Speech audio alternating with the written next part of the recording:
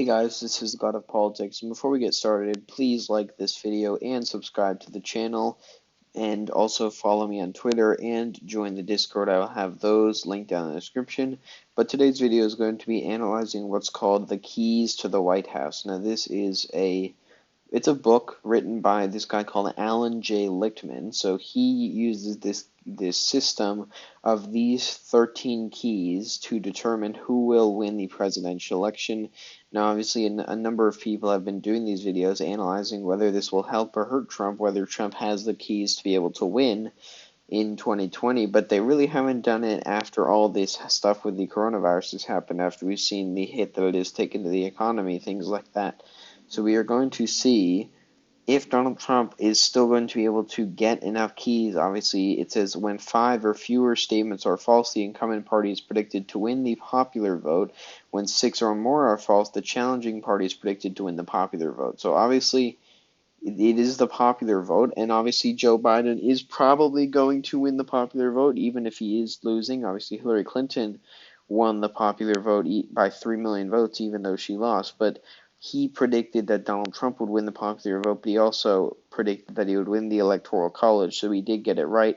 And he also predicted that Al Gore would win the uh, popular vote, but I don't know what he predicted about winning the presidency. But this is basically a system that can be used throughout the presidencies, and it's been right for the most part for all of these years. But we're just going to be going through each one and see how many Donald Trump has. So the first one is party mandate.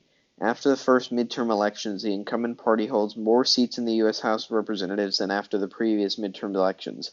This is not true. Donald Trump does not have this key. After the 2018 midterms, Democrats gained about 40 seats in the House, so that would not apply. So Donald Trump is 0 for 1. Contest. There is no serious contest for the incumbent party nomination. This is true. Obviously, we had Joe Walsh and Bill Weld running, but they're not really serious contests.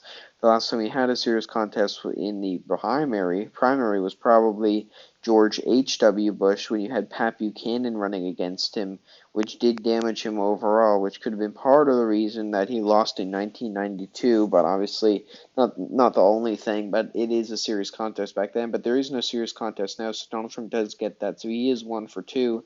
Incumbency. The incumbent party candidate is the sitting president. Obviously, Donald Trump will get this, so he is 2 for 3. Third party. There is no significant third party or independent campaign. I don't think Donald Trump does get this one yet. Obviously, you have Jacob Hornberger running for the Libertarian Party.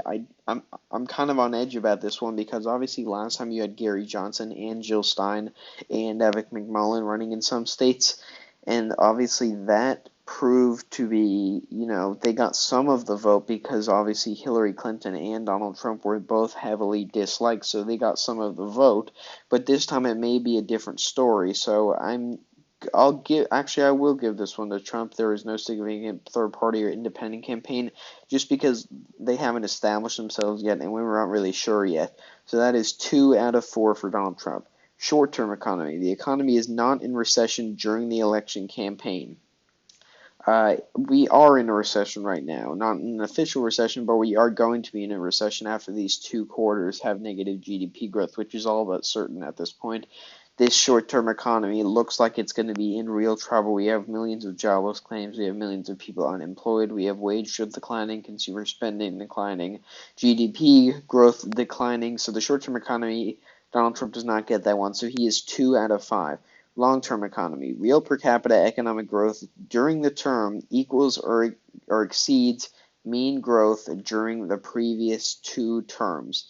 Now, this is not going to look like it is true either. The previous 2 terms, you obviously had the Obama administration. They were getting out of the Great Recession, and they had some GDP growth, obviously not as much as you could argue they should have, but it is going to be higher overall than what is going to be seen under the Trump administration so far. That is the long-term economy, and therefore Donald Trump will not get this one. So that is 2 for 6, Donald Trump.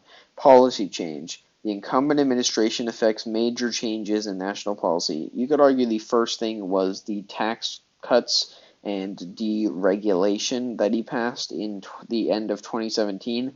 That is a very big change to national policy. Obviously, the stimulus package would also be another big change to national policy, but we can just look at the tax cuts and the Jobs Act of 2017, and that would also be an example. So he does get that.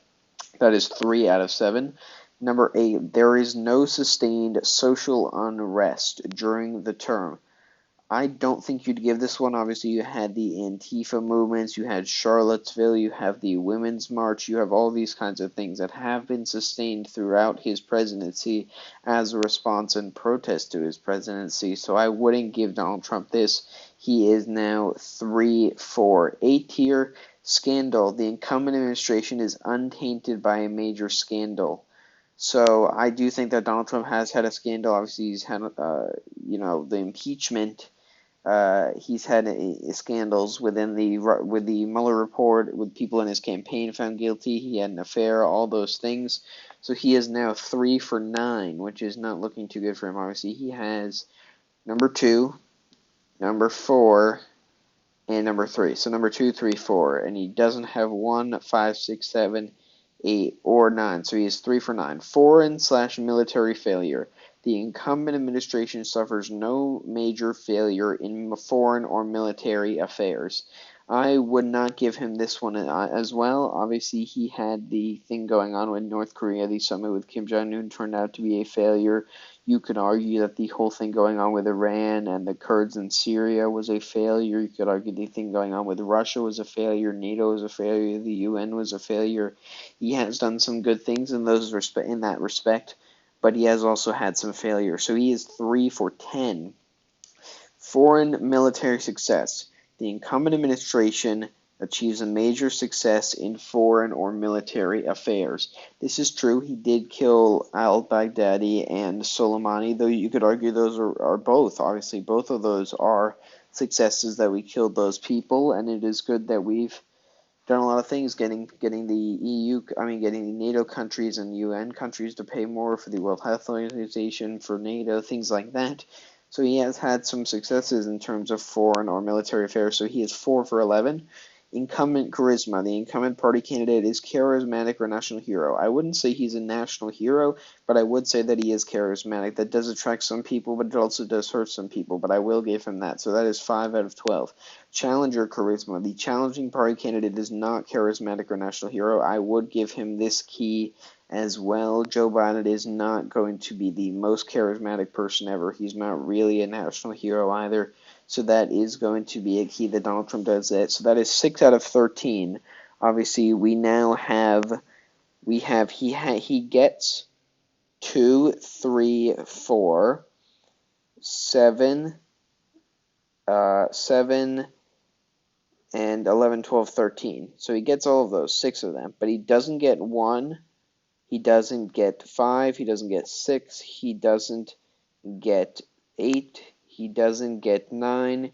He doesn't get 10. So that is going to be 6 that he does not get, meaning that, let me just check that. 1, he doesn't get 1, 2, 3, 4, 5, 6. So he doesn't get 6, meaning that the incumbent party, when 5 or few statements are false, the incumbent party is predicted to win the popular vote.